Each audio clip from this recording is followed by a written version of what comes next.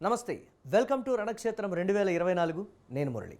ఆంధ్రప్రదేశ్లో అసెంబ్లీ ఎన్నికల సమరం నోటిఫికేషన్ విడుదలకు ముందే యుద్ధరంగాన్ని తలపిస్తోంది.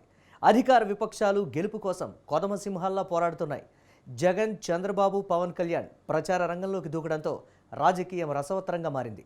ప్రధాన పార్టీలన్నీ అభ్యర్థులను ప్రకటించేయడంతో ఒక్కో నియోజకవర్గం ఒక్కో రణక్షేత్రంగా మారిపోయాయి. అయితే రాష్ట్రంలో ఒక్కో నియోజకవర్గానికి ఒక్కో చరిత్ర, విలక్షణత ఉంటుంది. ఒక సెగ్మెంట్లో బలంగా ఉన్న పార్టీ మరో పార్టీ బలహీనంగానూ ఉండవచ్చు. ఈ నేపథ్యంలో రాష్ట్రంలోని అసెంబ్లీ నియోజకవర్గాల సమగ్ర ముఖ చిత్రాన్ని రణక్షేత్రం 2024 పేరుతో మీ ముందుకు తెస్తోంది స్వతంత్ర టీవీ.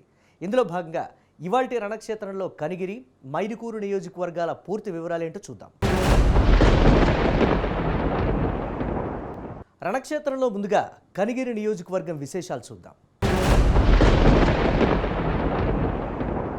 స్వాతంత్రం వచ్చి 77 ఏళ్లు దాటిన కనిగిరి నియోజకవర్గంలో గుక్కెడు మంచినీటి కోసం ప్రజలు ఎదురుచూస్తూ ఉంటారు.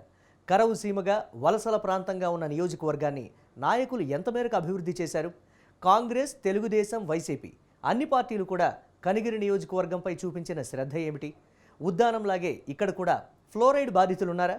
మరి ఆ ప్రాంతంపై చూపిన శ్రద్ధ కనిగిరిపై ఎందుకు చూపలేదు?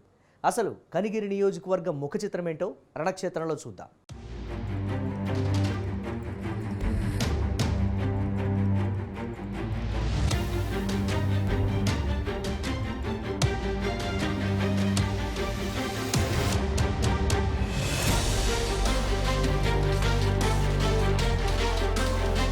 కనిగిరి నియోజకవర్గం ఒకప్పుడు కాంగ్రెస్కు పెట్టని కోట. అలాగని అక్కడ మిగతా పార్టీలకు ఆదరణ లేదని కాదు. అందరూ అక్కడ ఏదో ఒకసారి గెలుపు రుచి చూసిన వారే. దీన్ని బట్టే అక్కడి రాజకీయాలు ఎలా ఉంటాయో తెలుస్తుంది. ఈసారైతే రెండు ప్రధాన పార్టీలు కూడా అభ్యర్థులను మార్చాయి. వైసీపీ సిట్టింగ్ను మార్చింది. అలాగే తెలుగుదేశం కూడా 2009లో గెలిచిన మాజీ ఎమ్మెల్యేకు సీటిచ్చింది. దీంతో రెండు పార్టీల్లో కూడా వర్గపోరు బీభత్సంగానే ఉంది. అందువల్ల ఈసారి హోరాహోరీ పోరు తప్పకపోవచ్చని అంటున్నారు. నెల్లూరు జిల్లా నుంచి ప్రకాశం జిల్లాకు కనిగిరి నియోజకవర్గం వచ్చింది. 1952లో కనిగిరి నియోజకవర్గం ఏర్పడింది. ఇప్పటి వరకు 15 సార్లు ఎన్నికలు జరిగాయి. కమ్యూనిస్టులు 3 సార్లు విజయం సాధించారు. కాంగ్రెస్ 6 సార్లు, తెలుగుదేశం 4 సార్లు, ఇండిపెండెంట్, వైసీపీ ఒక్కొక్కసారి విజయం సాధించాయి. నియోజకవర్గంలో హెచ్ఎంపాడు, సిఎస్పురం, పామూరు, వెలిగండ్ల, పీసీపల్లి, కనిగిరి 6 మండలాలున్నాయి. తెలుగుదేశం నుంచి విజయం సాధించిన ముక్కు కాశీరెడ్డి మంత్రిగా కూడా చేశారు. అయితే కాంగ్రెస్ నుంచి తిరుపతి నాయుడు 3 సార్లు గెలిచారు. కానీ మంత్రి పదవి వరించలేదు. నియోజకవర్గంలో మొత్తం ఓటర్లు 2,38,436 మంది ఉన్నారు. వీరిలో పురుషులు 1,20,564 మంది ఉండగా స్త్రీలు 1,17,659 మంది ఉన్నారు.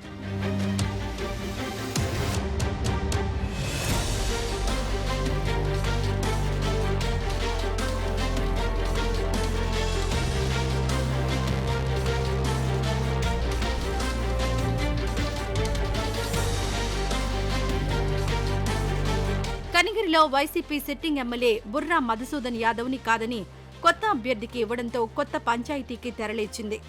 అయితే ఇక్కడ వైసీపీ వ్యూహాత్మకంగా అడుగులేసి యాదవ వర్గానికి చెందిన డి నారాయణ యాదవ్కి ఇవ్వడంతో సామాజిక వర్గం అసంతృప్తికి గురికాకుండా చూసుకుంది. కానీ సిట్టింగ్ ఎమ్మెల్యే దీనిని జీర్ణించుకోలేకపోతున్నారని అంటున్నారు. మరి ఆయనెంతవరకు ఈ కొత్త అభ్యర్థికి సహకరిస్తారనేది ప్రశ్నార్థకంగా ఉంది.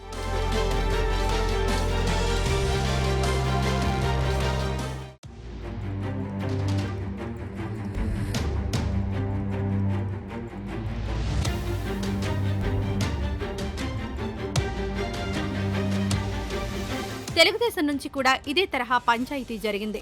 2 మాజీ ఎమ్మెల్యేల్లో చంద్రబాబు ఒకరికి సీటిచ్చారు. 2014లో టీడీపీ నుంచి కదిరి బాబురావు గెలిచారు. 2009లో ముక్కు ఉగ్ర నరసింహారెడ్డి గెలిచారు. ఇప్పుడు 2 మాజీల మధ్య ఉగ్ర నరసింహానికే సీటు దక్కింది. దీంతో మాజీ ఎమ్మెల్యే కదిరి బాబురావు కారాలు మిరియాలు నూరుతున్నారు. ఆయన ఎంతవరకు పార్టీకి సహకరిస్తారనేది ప్రశ్నార్థకంగా మారింది. ఈ నేపథ్యంలో అభ్యర్థి నరసింహం నిర్వహించే అమరావతి ఆసుపత్రిపై ఐటీ దాడులు జరిగాయి. ఇవన్నీ అధికార పార్టీ కావాలని చేస్తున్నారనే విమర్శలు పెద్ద ఎత్తున వినిపించాయి.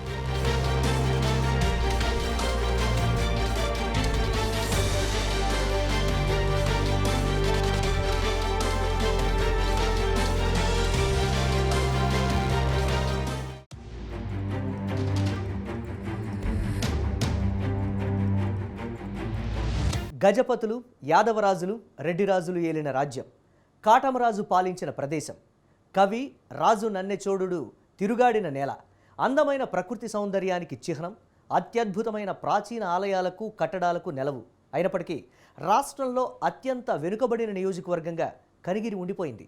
ఇంతకీ అక్కడేం జరిగింది, ఇప్పుడేం జరుగుతోంది? కనిగిరి దుర్గం ఆనాటి రాజుల వైభవానికి చిహ్నం. విజయ మార్తాండ దుర్గంగా చరిత్రలో ఒక వెలుగు వెలిగింది. కనకగిరి ప్రాంతమే కాలక్రమంలో కనిగిరిగా మారింది. నిజానికి దీని పూర్తి పేరు కనకగిరి విజయ మార్తాండ దుర్గం. కవి రాజు అయిన నన్నెచోడుడు ఉదయగిరిని పరిపాలించిన కాలంలో కనిగిరి సామంతరాజ్యంగా ఉండేది. ఆ రోజుల్లో ఇక్కడ ఒక పట్టణం ఉండేదని అంటారు. కనిగిరి కోటలోకి వెళ్లి చూస్తే కోట పైభాగం ఒక చదరపు మైలు వైశాల్యం కలిగి ఉంటుంది. తర్వాత కాలంలో ఇక్కడ శ్రీకృష్ణ దేవరాయలు నిర్మించిన కోనేరు, జలక్రీడల కోసం బావి ఇలా ఎన్నో కనిపిస్తాయి.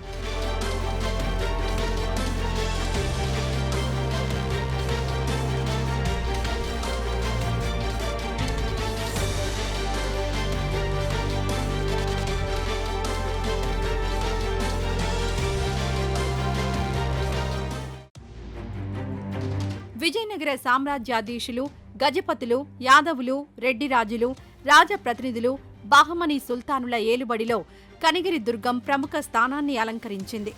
ఇక్కడ విష్ణుమూర్తి ఆలయం ఉండేదట. గుప్త నిధుల కోసం బ్రిటిషర్లు, ముస్లింలు అందరూ తవ్వేశారు.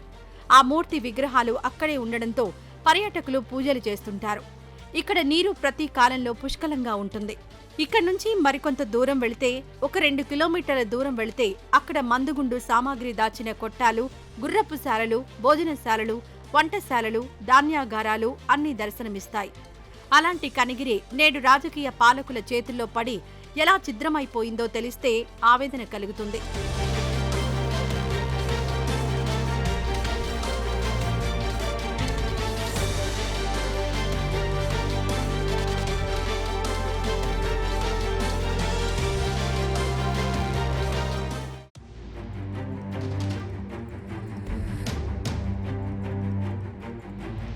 శేషాచలం కొండల్లో ప్రకృతి సిద్ధంగా భైరవకోన శైవ క్షేత్రం ఏర్పడింది. ఇక్కడి కొండలు, సెలయేళ్లు సందర్శకులను ఎంతగానో ఆకట్టుకుంటాయి. రాజుల కాలం నాటి శిల్పకళా నైపుణ్యం ఇక్కడ కనిపిస్తుంటుంది. భైరవేశ్వరుడు తపస్సు చేసిన మహోన్నత ప్రదేశంగా ప్రసిద్ధి చెందింది. 6వ శతాబ్దంలో చోళరాజుల కాలంలో ఒకే రాతిపై నిర్మించిన 8 ఆలయాలు భైరవ కోనలోనే ప్రత్యేకతగా చెప్పాలి. ఆలయ ముఖద్వారాలపై త్రిమూర్తులుంటారు. ఇంకా వినాయకుడు, చండేశ్వరుడు, బసవేశ్వరుడు, సూర్యుడు, చంద్రుడు వంటి దేవతా విగ్రహాలు ఆనాటి శిల్పకళా నైపుణ్యానికి ప్రతీకలుగా నిలుస్తాయి. ఇక ఇక్కడ 200 మీటర్ల ఎత్తు నుంచి జాలువారే జలపాతం ప్రత్యేకతగా నిలిచింది.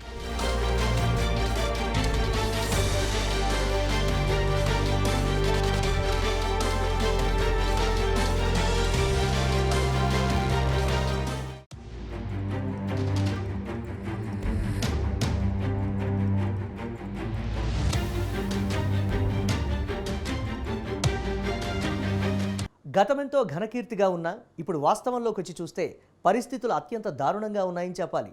మా తాతలు నేతులు తాగారు, మా మూతులు వాసన చూడండి అన్న రీతిలో ఉన్న కనిగిరిలో చెప్పుకోవడానికి తప్ప ప్రజలకు వీసమెత్తు మేలు కూడా జరగలేదు. ఈ నియోజకవర్గంలో ప్రధాన సమస్య తాగునీరు అనే చెప్పాలి. కనిగిరి మరో ఉద్యానం అవుతుందా అనే ప్రశ్నలు వినిపిస్తున్నాయి. ప్రజలు నీళ్ల రూపంలో ఫ్లోరైడ్ విషాన్ని తాగుతున్నా పాలకులు పట్టించుకోవడం లేదనే విమర్శలొస్తున్నాయి. వెలిగొండ ప్రాజెక్టు పూర్తయ్యే వరకు ఇక్కడ కిడ్నీలు పాడవలసిందేనా అని ప్రజలు ఆవేదన వ్యక్తం చేస్తున్నారు. తెలుగుదేశం హయాంలో కొంత ప్రయత్నం జరిగినా అది అంతంత మాత్రమేనని చెప్పాలి. సాగర్ కాలువల నుంచి వచ్చే నీరు సరిపోవడం లేదు. పంటలు పండక, ఉపాధి లేక ప్రజలు వలసలు వెళ్లిపోతున్నారు.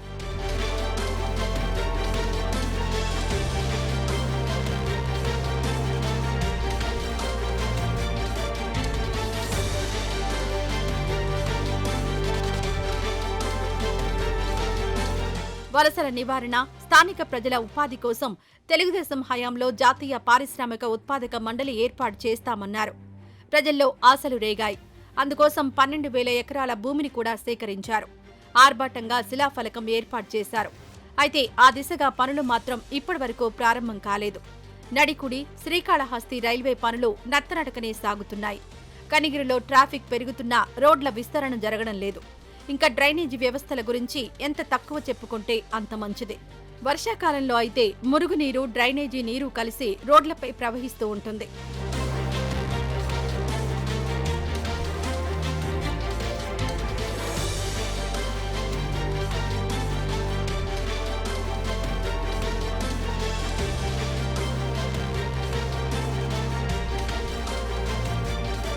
నియోజకవర్గంలో ప్రధాన వృత్తి వ్యవసాయం.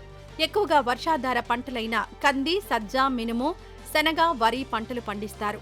45,000 హెక్టార్లలో మెట్ట భూమిలో పంటలు పండుతున్నాయి. ఇంకా బత్తాయి, నిమ్మ పంటలు 15,000 హెక్టార్లలో సాగు చేస్తున్నారు.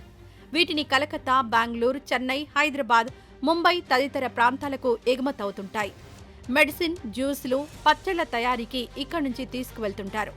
ప్రతి ఏడాది ఒక్క బత్తాయి, నిమ్మ మీద 70 కోట్ల వరకు వ్యాపారం జరుగుతుంది. ఇదొక్కటే కనిగిరి నియోజకవర్గానికున్న ఏకైక సానుకూల అంశం.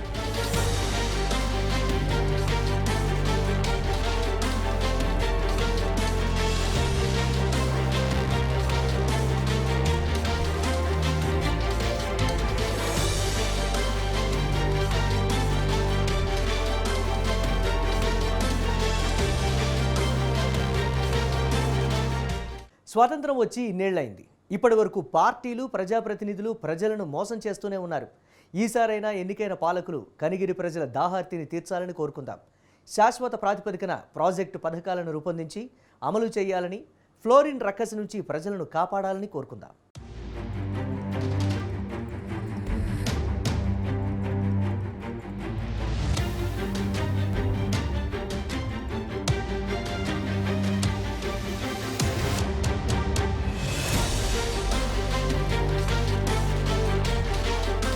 ఇవి ఇవాల్టి రణక్షేత్రం విశేషాలు. మరో 2 నియోజకవర్గాల ముఖ చిత్రాలతో రణక్షేత్రం తర్వాత ఎపిసోడ్లో కలుసుకుందాం.